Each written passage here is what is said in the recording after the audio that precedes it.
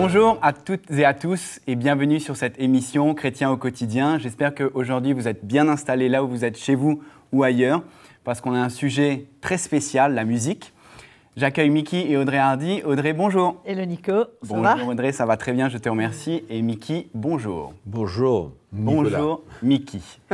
Donc comme je vous disais en introduction, on va parler aujourd'hui de la musique. On va essayer de faire un état des lieux de ce qui se passe dans les églises, comment les chrétiens réagissent à la musique d'aujourd'hui, la musique du monde, qu'est-ce qu'ils en font. Mickey, je voudrais te demander une question. On peut dire aujourd'hui que la musique est un instrument, mais cette sensibilité qu'on a, soit elle nous emmène à glorifier le Seigneur, soit au contraire, est-ce qu'on peut dire que c'est un instrument qui nous emmène à nous éloigner de lui et peut-être même nous attirer vers le monde? Donc, certainement. Il y a toutes sortes de musique aujourd'hui, nous le savons. Et il faut comprendre qu'il y a toutes sortes de musique et pour plusieurs raisons. On peut se distraire par la musique, on peut se divertir par la musique et on peut aussi, à travers la musique, louer le Seigneur, Amen. Adorer le Seigneur, rendre gloire à Dieu et exprimer notre cœur de reconnaissance envers le Seigneur. Et pour toutes ces, ces moyens de pouvoir utiliser la musique. Mais je crois que c'est important de savoir aujourd'hui quelle musique que le chrétien écoute. C'est ça qui est difficile. Peut-être vous voyagez beaucoup en Afrique. Je sais que vous avez beaucoup de témoignages dans l'Église ou ce que les chrétiens écoutent. Et vous revenez, vous témoignez beaucoup sur le rythme, sur le son, ce qu'ils écoutent. Est-ce qu'on parle dans les églises ou est-ce qu'on parle maintenant chez soi, ce qu'on écoute, etc. Mais peut-être un témoignage de ce que vous visez dans la culture, dans le rythme, etc. Est-ce que ce genre de musique nous permet d'adorer le Seigneur, nous permet de glorifier le Seigneur, nous permet de lui parler? Venons au fait, la réalité aujourd'hui.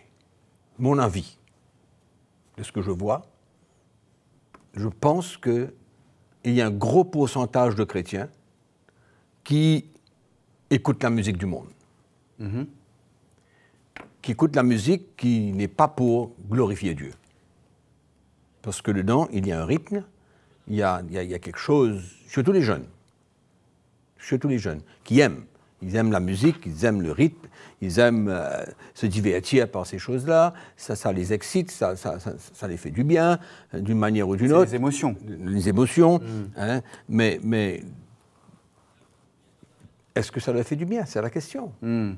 Mais moi, je suis convaincu qu'aujourd'hui, il y a beaucoup de chrétiens qui s'éloignent complètement et qui ne comprennent pas que la musique peut être utilisée, doit être utilisée pour le chrétien, pour glorifier le Seigneur, pour adorer le Seigneur.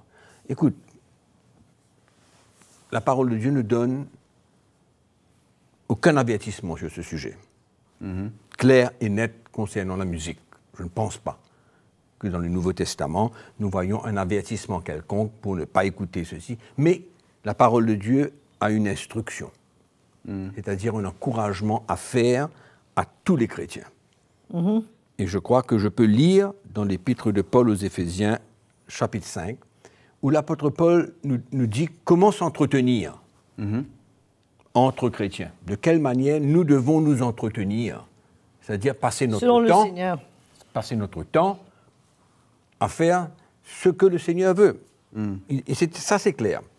Dans l'épître de Paul aux Éphésiens, au chapitre 5, le verset 18, il nous dit « Ne vous enivrez pas de vin, c'est de la débauche, soyez au contraire remplis de l'esprit. Entretenez-vous par des psaumes, par des hymnes, par des cantiques spirituels, chantant et célébrant de tout votre cœur les louanges du Seigneur. Rendez continuellement grâce à Dieu le Père pour toutes choses, au nom de notre Seigneur Jésus-Christ. » Entretenez-vous. Donc, on se sert de la musique. Pourquoi? Des psaumes, des hymnes, des cantiques spirituels, pour célébrer de tout notre cœur les louanges du Seigneur. Ça, c'est une instruction. Mais il n'y a pas l'autre côté qui dit attention à. Il n'y a pas l'autre côté qui donne un avertissement. C'est pourquoi c'est à nous, les chrétiens, de ressentir et de savoir quoi faire avec la musique, comment utiliser la musique, si ce n'est pour aucune autre raison que ce que l'apôtre Paul nous encourage, nous instruit pour notre bien, pour que nous puissions grandir et que nous ne soyons pas affectés, que nous ne nous éloignions pas du réel but de se servir de la musique pour nous entretenir et nous rapprocher de Dieu et nous construire et entendre la voix de Dieu, rendre gloire à Dieu, être reconnaissant envers le Seigneur, des actions de grâce envers le Seigneur. Comme les psaumes, comme David, il s'est servi de la musique pour exprimer sa reconnaissance Exactement. envers le Seigneur. Mais qu'est-ce qui s'est passé alors? Pourquoi aujourd'hui, la majorité, on va dire, ou je ne sais pas le pourcentage de chrétiens, préfèrent écouter la musique du monde, ou même, je pense qu'on va en parler, emmènent la musique du monde dans l'Église, finalement, peut-être avec des paroles qui glorifient le Seigneur, mais avec une musique mondaine.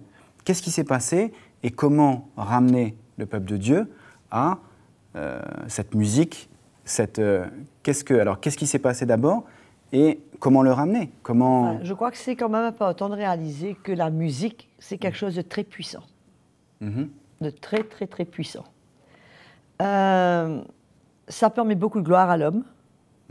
C'est un instrument commercial extraordinaire, puisque c'est un moyen de gagner beaucoup d'argent. Et si on regarde même dans l'Ancien Testament, nous voyons que la musique avait une grande place. Avant les guerres, il y avait toujours les chantres qui allaient en avant. Quand on voit la prise de Jéricho, on voit comment ils ont sonné de la trompette. Et même quand on voit le cas de Saül et David dans 1 Samuel 16, 23, où on voyait que la Bible dit que David avait un mauvais esprit et que, il dit, lorsque l'Esprit de Dieu était sur Saül, David prenait la harpe et jouait de sa main. Saul respirait alors plus à l'aise et se trouvait soulagé et le mauvais esprit se retirait de lui. Donc, la musique, c'est quand même quelque chose, ça peut attendrir les cœurs. Moi, je connais personnellement des gens qui sont venus au Seigneur sur la lit de mort. Un frère n'avait pas accès, il n'arrivait pas à parler à son père. Il n'arrivait pas à lui parler du Seigneur. Le papa était bloqué et était sur son lit de mort. Et ils ont mis un des chants de Montberger, qui est un de mes CD. Et les larmes se sont mises à couler sur le visage du papa. Ça a ouvert la porte pour que ce frère parle du Seigneur à son papa. Et il a reçu le Seigneur avant de mourir. Donc la musique peut être un instrument puissant. Est un instrument. Est un instrument. Et ça peut être. Non, ça peut être un instrument puissant si c'est utilisé de la bonne manière.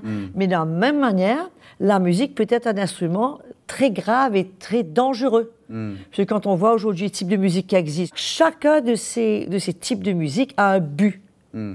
Et c'est pour emmener les jeunes, puisqu'il y a toujours un message subliminal dans la musique. Surtout la musique du monde. Il y a toujours un message qui est communiqué et qui emmène finalement à un acte. Et si on n'est pas conscient de ça, et même si on met quelques paroles chrétiennes dans un chant avec un heavy beat, du hard rock, mais le hard rock va avoir le dessus. La musique va avoir le dessus sur les paroles. Certainement. Et Mickey disait tout à l'heure que c'était principalement les jeunes, mais j'étais absolument étonnée. Je suis dans un avion dernièrement en revenant vers l'île Maurice. Il y avait une femme de, je sais pas moi, 50 ans, facilement. Elle avait ses oreillettes et c'était une musique qu'elle a écoutée pendant tout le voyage, au point où moi j'entendais de ses oreillettes. J'étais sidérée, quoi. Pour nous dire que des jeunes qui ont pris l'habitude de la musique quand ils avaient 20 ans, qui aujourd'hui ont 50 ans, ben ils ont toujours cette habitude. Ils n'ont pas laissé, c'est tellement puissant. Et c'est pas étonnant de voir, Mickey pourra répondre à ça, qu'aujourd'hui c'est dans l'Église. C'est un moyen d'entretenir les jeunes, de les garder dans l'Église.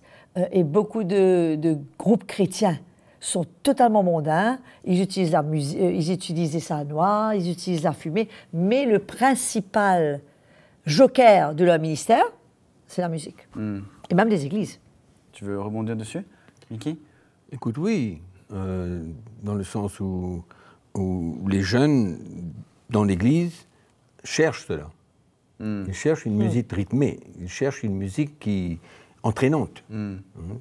Et il n'arrive pas à pouvoir faire la différence entre une musique qui construit, qui nous attire vers le Seigneur, qui parle à notre cœur, qui peut donner accès au Seigneur dans notre cœur pour nous parler, pour nous encourager. C'est ça que l'Église, le peuple de Dieu, doit pouvoir recevoir à travers la musique.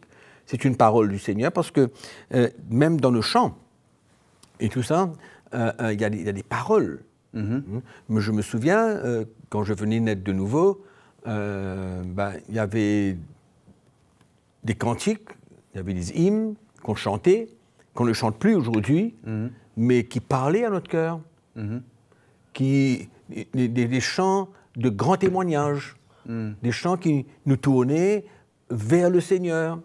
Et on écoutait cela, on était encouragés. Mais ce n'était pas une musique, allons dire, qui captivait nos émotions, qui relevait en nous des désirs charnel, d'être bien, etc. Mais il y avait une construction. Il y avait une construction, il y avait un but dans cela. Et tu as posé une question tout à l'heure pour dire, mais qu'est-ce qui s'est passé? Pourquoi? Moi, je pense vraiment que ce qui s'est passé, c'est notre éloignement de l'Évangile. Parce que si on veut me nourrir avec un évangile qui me demande de chercher les bienfaits du monde, les choses de la terre, les richesses qui n'ont aucune valeur spirituelle, mais certainement que mon cœur va devenir sec. Et je n'aurai pas le même zèle pour chercher le Seigneur, pour apprécier les choses que le Seigneur me donne, et pour me servir des choses qui sont là, pour le Seigneur. Et donc, il y a eu cette détérioration qui s'est produite, et le cœur du chrétien, de l'Église en général, s'est lentement mais sûrement éloigné de l'esprit de l'Évangile, de l'esprit de Christ, et comment utiliser la musique pour glorifier Dieu et emmener le chrétien à tirer un profit de cela. Parce que je peux avoir une plume dans ma main et je peux me servir de ça positivement et je peux me servir de la plume aussi négativement. Donc, toute chose que nous, les chrétiens, nous avons besoin de faire, c'est de pouvoir utiliser tout ce qu'il y a de bon dans la musique. Tout ce qu'il y a de bon dans certaines choses pour nous tourner vers le Seigneur et nous emmener à être près du Seigneur et que cela nous encourage et nous édifie et en même temps nous construit et nous bâtit. Mais aujourd'hui, il y a eu cette détérioration et en plus, nous sommes en train de vivre dans les derniers temps où l'ennemi fait rage. Il va utiliser toutes choses pour pouvoir pervertir le peuple de Dieu et empêcher les gens du monde à vouloir s'approcher du Seigneur. Donc, il y a tout ce mouvement-là qui existe dans l'esprit, comme l'apôtre Paul parle dans l'Épître aux Éphésiens au chapitre 6, dans les lieux célestes, les choses qui se passent dans les lieux célestes et dans les derniers temps. Et ce n'est pas une mauvaise peur que j'ai dans mon cœur, mais j'ai peur pour les chrétiens. J'ai bien peur pour les chrétiens aujourd'hui. Que ça ne va pas s'améliorer. Non seulement que ça ne va pas s'améliorer, mais beaucoup de chrétiens vont être pris, être pervertis et s'éloigner du Seigneur et perdre la foi. C'est malheureux de dire une chose pareille, mais le chrétien n'arrive pas aujourd'hui à discerner. Et il n'entend pas un évangile qui emmène et crée dans l'Église l'esprit de Christ, le cœur du Seigneur, et le peuple de Dieu, l'Église, se laisse aller. Se laisse aller dans la chair. Quand je vois la musique qui est jouée dans les églises aujourd'hui, mais c'est à fuir. quand on entre comme ça dans une église, on va souvent, Audrey et moi, en Afrique, c'est pas pour pointer le doigt sur l'Afrique, non, mais c'est un peu partout. La musique a pris une telle force dans l'église que ça devient gênant, c'est répugnant pour moi. Qu'est-ce que ça fait? Ça vient simplement nourrir en nous des choses qui doivent mourir. Au lieu que ça meure, on nourrit ces choses-là. C'est pourquoi les chrétiens aujourd'hui doivent pouvoir faire la différence et se réveiller un petit peu et se dire que le monde est en train de nous donner et nous fournir d'un matériel qui détruit le peuple de Dieu. Et c'est malheureux de voir qu'il y a des chrétiens qui sont talentueux, dans la musique, dans des belles voix, ils peuvent produire des choses extraordinaires pour le Seigneur, mais c'est malheureux de voir qu'ils utilisent cela pour se défouler, pour manifester leur talent, et de ne pas comprendre que ce que Dieu leur a donné, ils ont besoin, premièrement, que le Seigneur fasse une œuvre dans leur cœur, afin de pouvoir utiliser ce talent pour le Seigneur. Mais malheureusement, beaucoup de chrétiens aujourd'hui écoutent la musique du monde, mais deuxième point que je veux dire, c'est que la musique chrétienne même maintenant, les chrétiens se cachent derrière la musique chrétienne. Quelle musique que tu écoutes? Ben moi j'écoute la musique chrétienne. Mais quelle musique chrétienne que tu écoutes? Est-ce que ça t'entretient? Est-ce que tu es en train d'être vraiment près du Seigneur? Est-ce que ça te parle à ton cœur? Ou bien tu aimes simplement écouter quelques paroles et surtout la musique qu'il y a, le refrain, le rythme qu'il y a derrière, tout ça. Donc c'est vraiment un gros problème.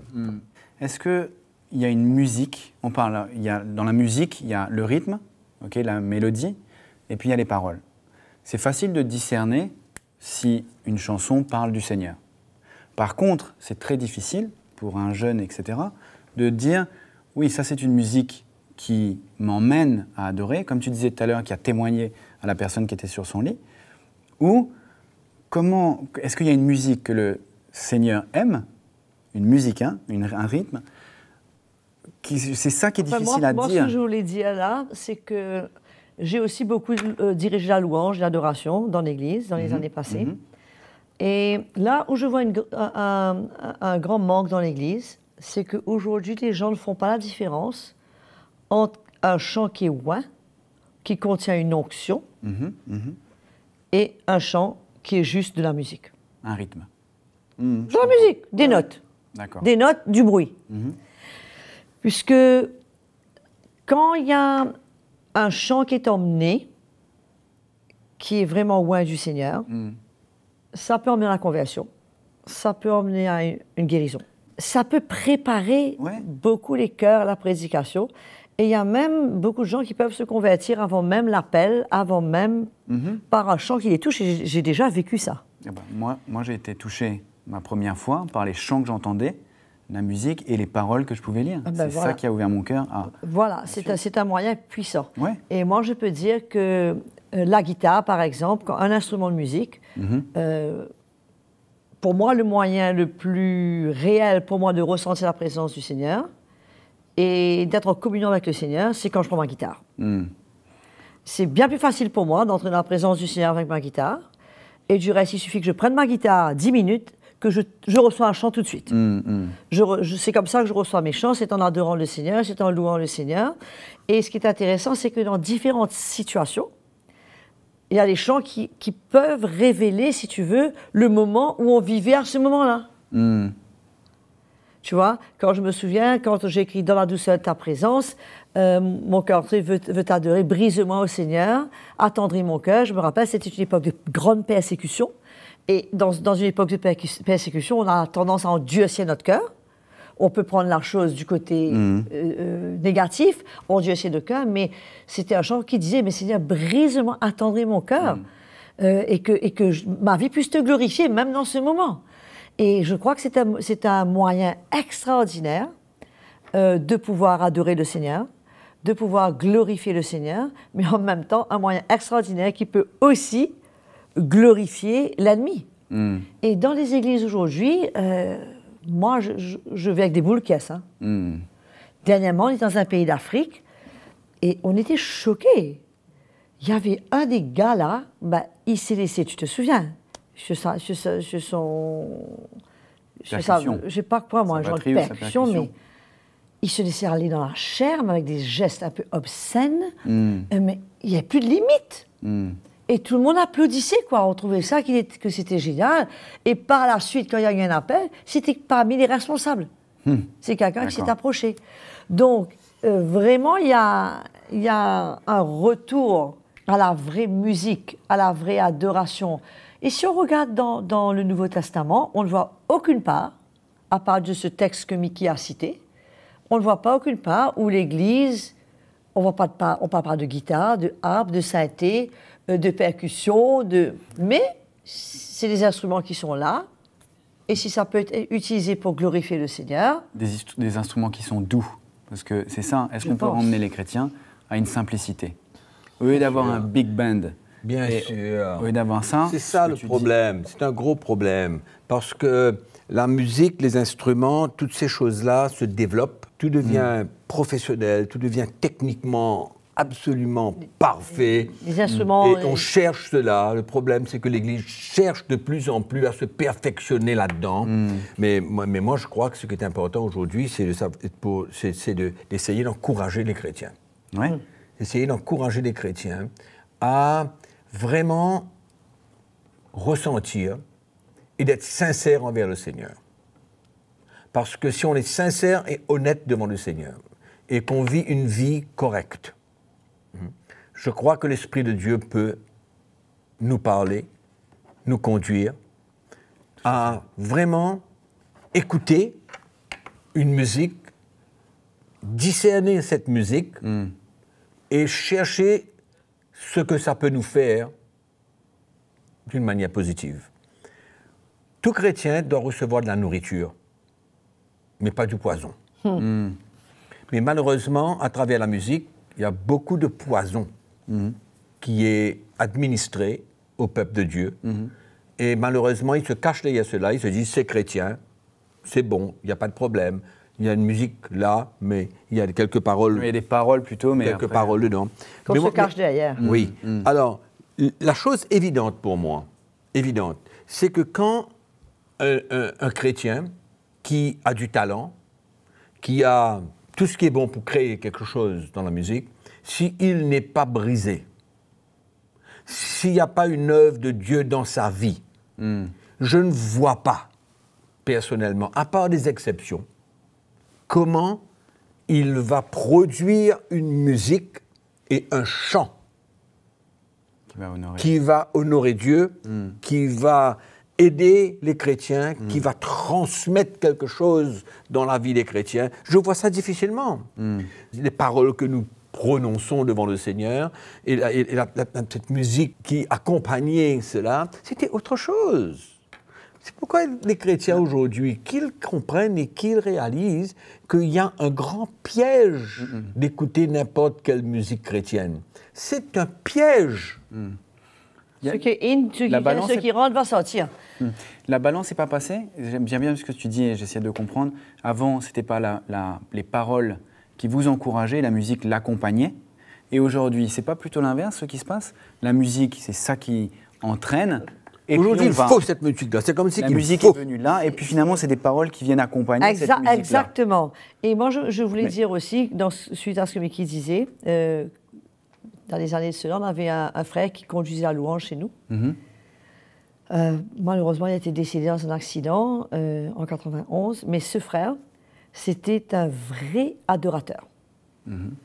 C'était quelqu'un qui se levait à 3 heures du matin, qui prenait sa guitare, il était dans sa chambre, il adorait le Seigneur, il passait des heures à adorer le Seigneur, et quand il arrivait sur l'estrade, et qu'il ouvrait sa bouche, et qu'il commençait à louer le Seigneur, mais l'Esprit de Dieu descendait, était là, la présence de l'Esprit de Dieu se faisait ressentir, mais c'était vraiment quelque chose qui venait du cœur. C'était pas rien de professionnel, c'était peut-être des petites notes à côté, c'était peut-être pas du bon français, mais ça venait du cœur, et quand il conduisait le peuple de Dieu, le peuple de Dieu pouvait rentrer dans la présence du Seigneur. Et moi, je veux encourager non seulement les chrétiens, mais les directeurs de louanges, les pasteurs d'église, pour leur dire, attention, c'est un département qu'il faut vraiment revoir.